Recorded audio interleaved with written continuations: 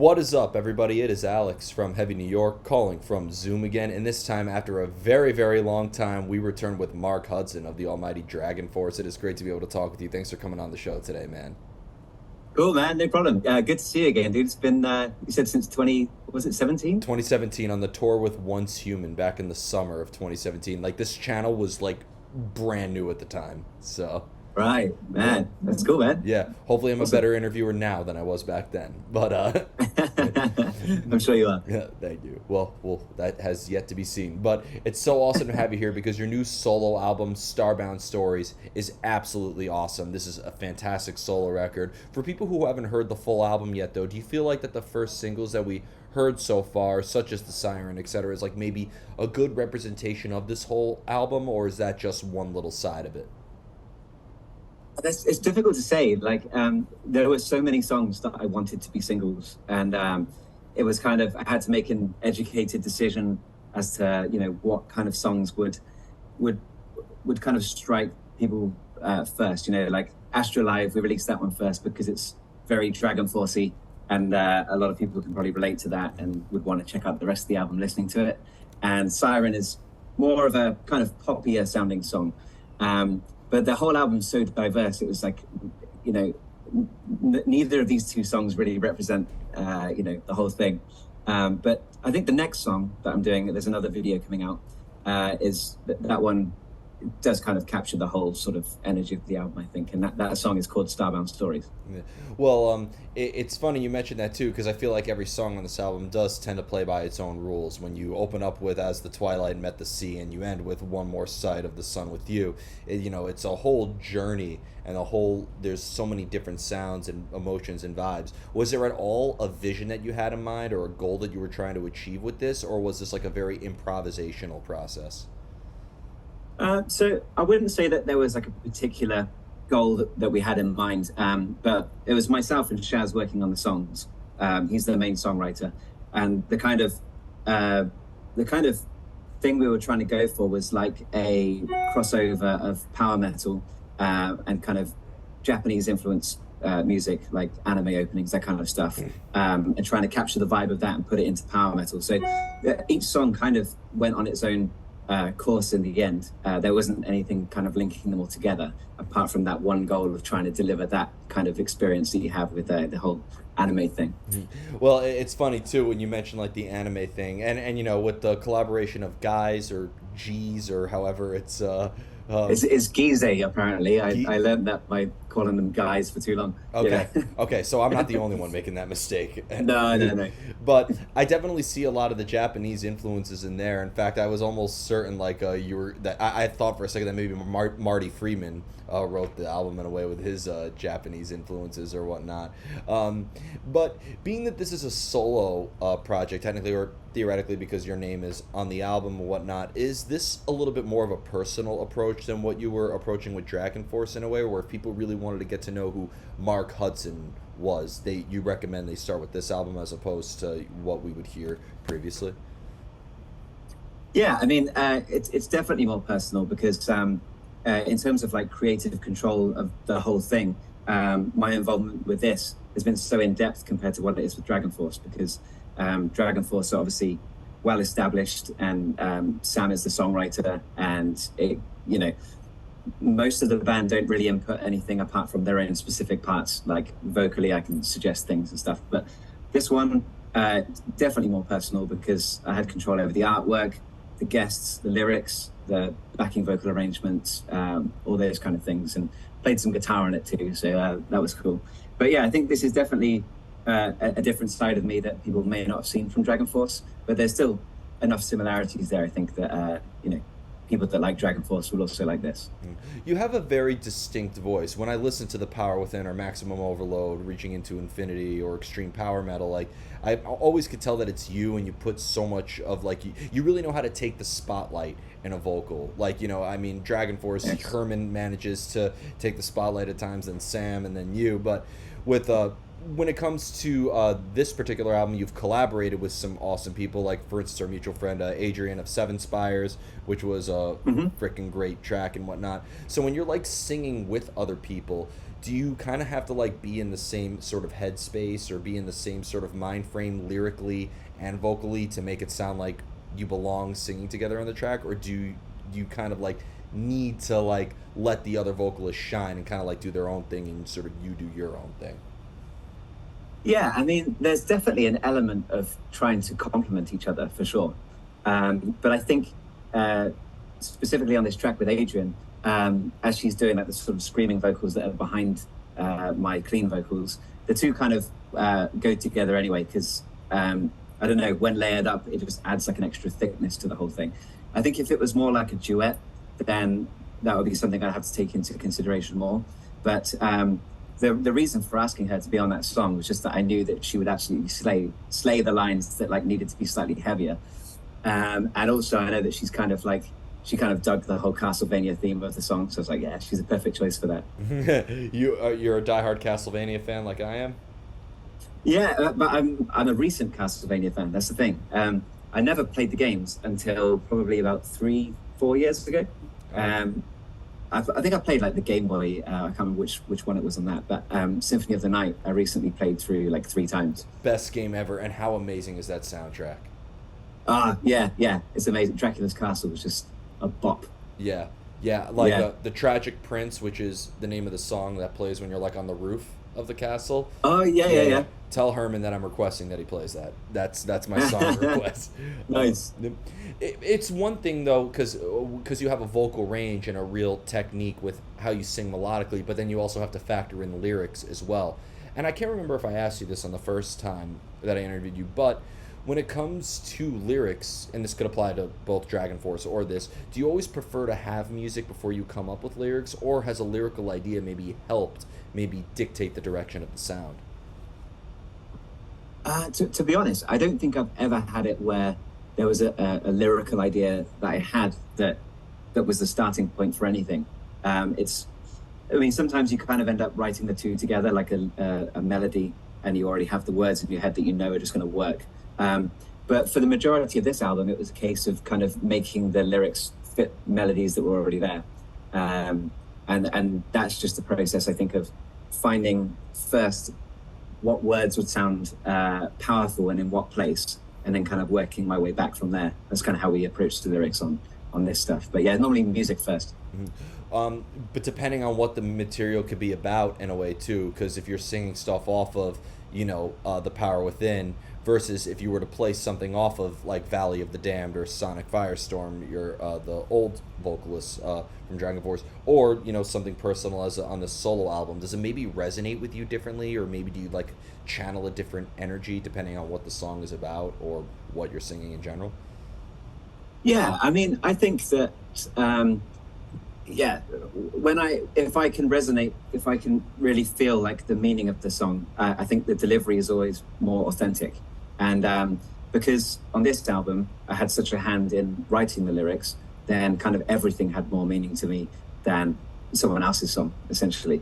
But then again, I think there's a difference between singing live and singing on an album. On this album, I spent so much time just trying to perfect like the expression on some of the words more than I probably would do on other songs, just because I kind of had this feeling I wanted to convey, and then really in order to convey a feeling, you've got music, you've got the words, and then the sort of way it's delivered. So the kind of delivery method and techniques behind that, I really tried to like craft this as perfectly as I could. So this stuff feels more kind of heartfelt and probably more maybe emotional than other stuff I've done.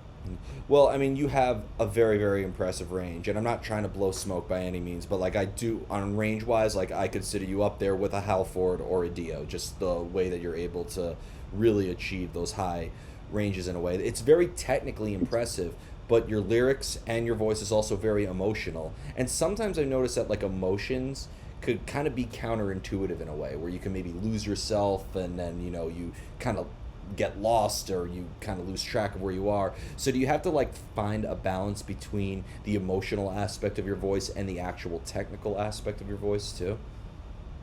Yeah, actually, that kind of was in the forefront of my mind doing one of these songs. The song "Starbound Stories," again, the next single that's going to come out. Mm. That one was like it. The sort of emotion I wanted to get behind it was like I was screaming from the rooftops, like at the top of your lungs kind of thing, like a real like declaration for the first line of the chorus. But I found it was such a high, difficult note that it was hard to just do anything that wasn't kind of like the technical way of doing it, if you know what I mean. It was hard to sing it correctly and also like apply a certain level of emotion to it. So yeah, it was a bit of a learning curve sometimes trying to get that right because yeah, you listen to it back and it's like, maybe this belted line should have had a bit more kind of grit to it or something else, and you kind of discover these things as you're going. So luckily with this album, it was I had a lot of time on my hands, so I was just like, I'm going to get everything right and just make sure. And then obviously, like if I've got to sing it live later, I've got to learn how to do that.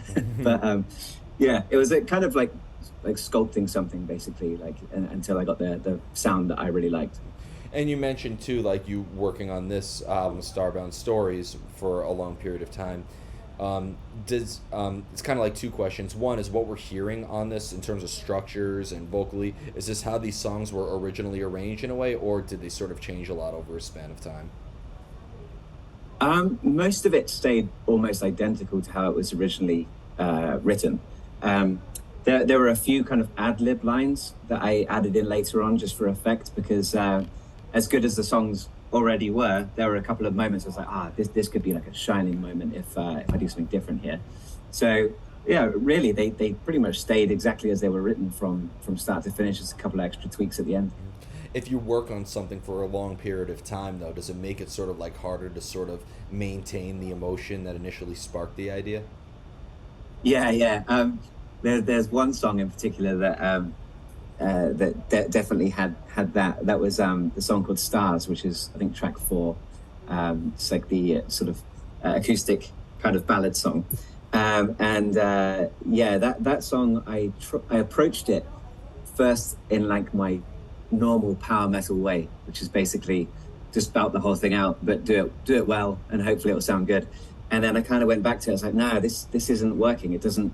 It's not in the right range for this, and it's not conveying the emotion I want. So I sort of dialed it all the way back to the point where I was almost kind of singing like a pop singer probably would do. And I thought this isn't working either. So then I kind of, in the end, that song I recorded it I think 4 times, and the 4th time I was like, yeah, that's the perfect level of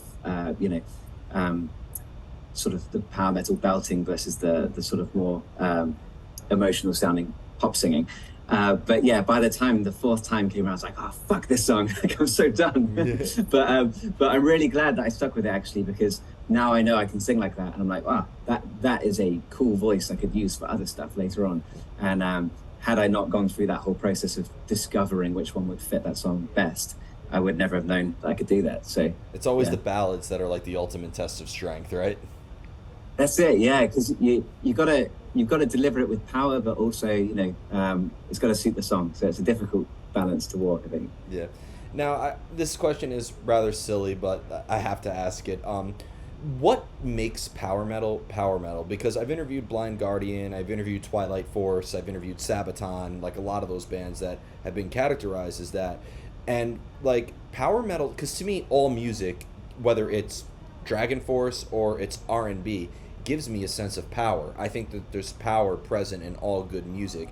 So does power metal have to have something, all power metal have to have something that kind of makes it called power metal in a way? Because I feel like it's almost like Viking metal in a way. Like if your band sounds like Under Oath, but you sing about Vikings, does that make you a Viking metal band? You know what I mean? Yeah. Okay. So I mean, I guess the obvious like power metal tropes that definitely will pigeonhole your band into that if this is what you're doing would be obviously like the 16th notes on the double bass pedal, just that I can't really call it now, that specific pattern, that boot camp booty camp boot camp booty camp, that all the way through, that is definitely like one of the staples of it. And then obviously like power metal tends to have keyboards more than most other genres of metal, I guess. And then if your singer is kind of singing up into the sort of fifth octave range, that also kind of makes you qualify as power metal. But obviously, it's also to do with the lyrics and just the general kind of catchiness of it, because power metal is pretty much just pop music that's sped up anyway. So Well, yeah. yeah. Do you think though somebody with a very low voice, what like Peter Steele or Villy Vallo, could maybe sing on a power metal band? Do you think that's at all possible? Yeah, I mean, but then I think that's losing one of the aspects that makes power metal power metal. But didn't was it Christopher Lee did that thing with was it Rhapsody? Wait, am Yes, I losing my yes, mind? yeah, yeah, yeah. And that kind of worked. That was pretty power metal, even though he was kind of baritone Yeah. register. But yeah, Because I've seen power metal bands that have like a lot of symphonic elements in it, and you're right, power metal bands generally have keyboards, but like you guys definitely don't sound like Epica with your use of keyboards, or you don't sound like Dimmu Borgir with your use of keyboards as well. So I was always wondering, like I almost feel like, and you mentioned that pop reference. I mean, I could hear plenty of DragonForce songs at like a synthwave party too, or something like that. yeah, true. I mean, I think yeah, it's also like the choice of the kind of keyboard patches and stuff you're using. Like there's some very power metal sounding ones, which are normally the cheesy ones, and then all those other symphonic bands kind of have a different style to their sort of keyboard tracks and orchestration and stuff like that. Whereas power metal is quite easily identifiable by the big cheesy pads. I also wanted to talk a little bit because last year I thought was a very important anniversary for DragonForce, as it was the 10-year anniversary of your first record with the band, with The Power Within. So I was just wondering what the sort of mindset was behind joining up with DragonForce, because I actually interviewed Herman Lee even longer ago, like in the winter of 2017, and he mentioned that like you'd never really been in like a band before. Like DragonForce was really your first very active band. So when you joined up, were you looking at Sonic Firestorm and Inhuman Rampage being like, this is how I have to sing, or were you kind of allowed to bring your own range into DragonForce? I mean, there was an expectation, obviously, that I would have to be able to perform some of the old songs. So I have to be capable of singing it. But I don't think in terms of like vocal qualities, I really had to replicate what ZP, the previous singer, was doing. There's no real expectation of that. It was just like, as long as you can sing in the same range, you can kind of put your own stamp on it. So yeah, they kind of let me do what I wanted to an extent. But then there's only so much you can do when Sam is writing the vocal melodies anyway. So I'll just turn up and sing how I would sing that. Yeah. And it just kind of worked out. Yeah, because I consider Cry Thunder to be one of, if not the best DragonForce song ever. Like, oh yeah, yeah. To cool. me, I just think that song is just so much fun to listen to and just so easy to get lost in. So I just always thought that was, being that last year was 10 years since we've heard that song. I just really needed to know what the mind frame was of that particular track.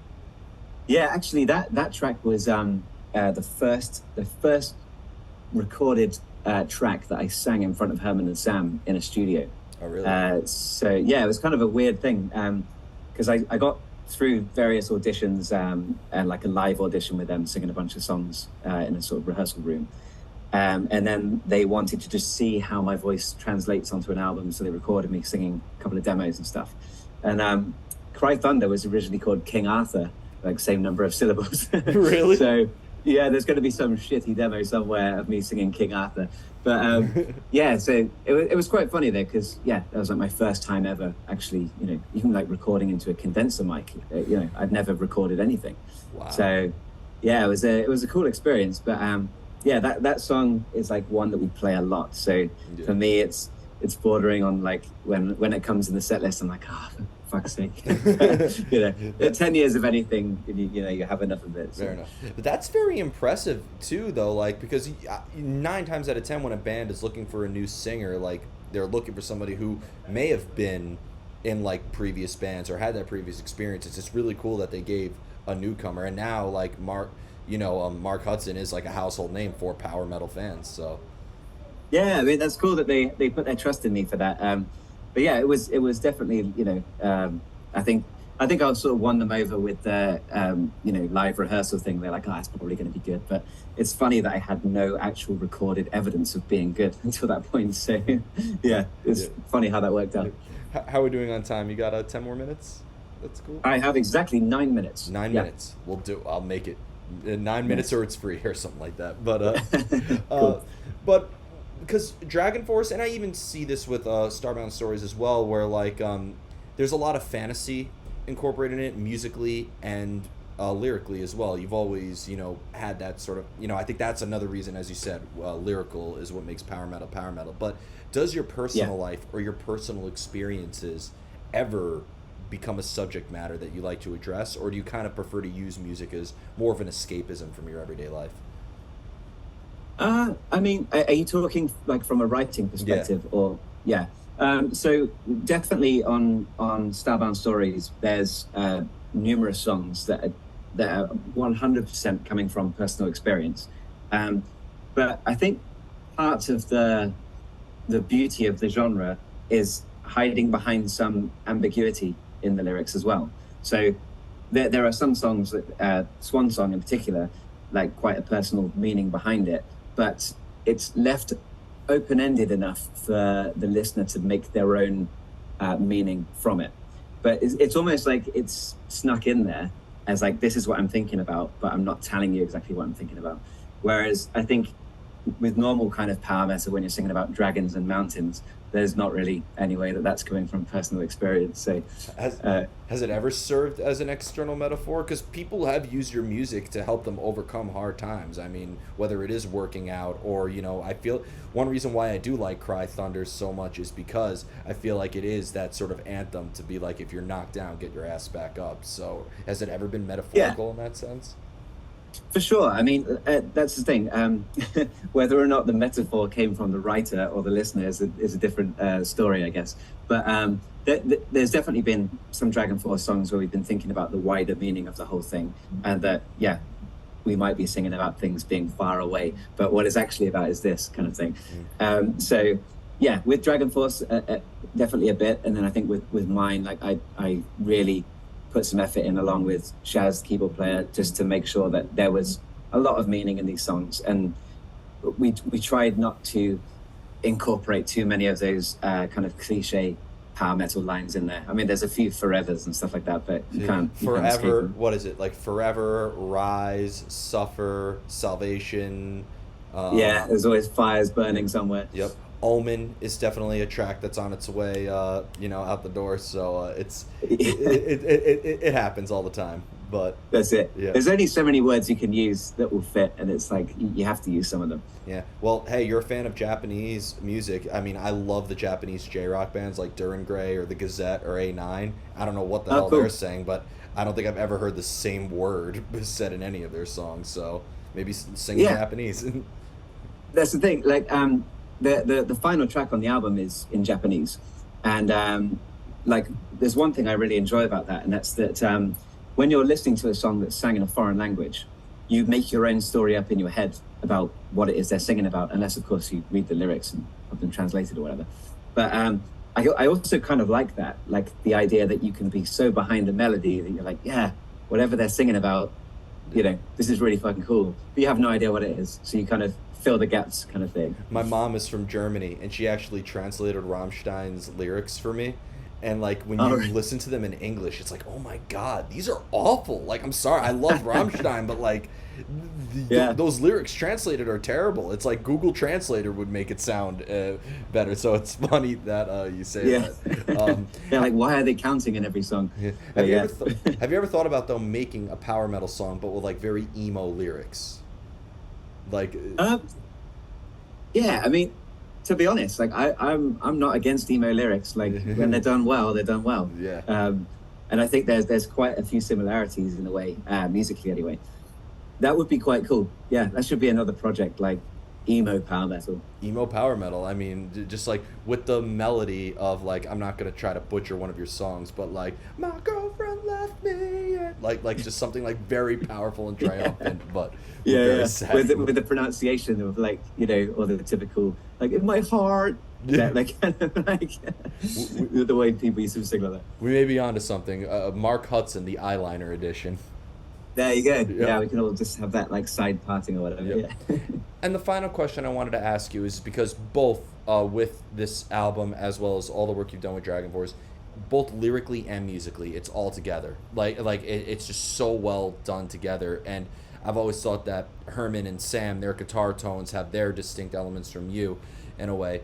Do you? And this is sort of a similar question I asked earlier about collaborating with different singers, but does the guitar work have to in DragonForce have to maybe reflect your emotion in a way, or vice versa? Because I feel like they both convey so much energy that maybe like you have to be kind of like one with the guitar almost.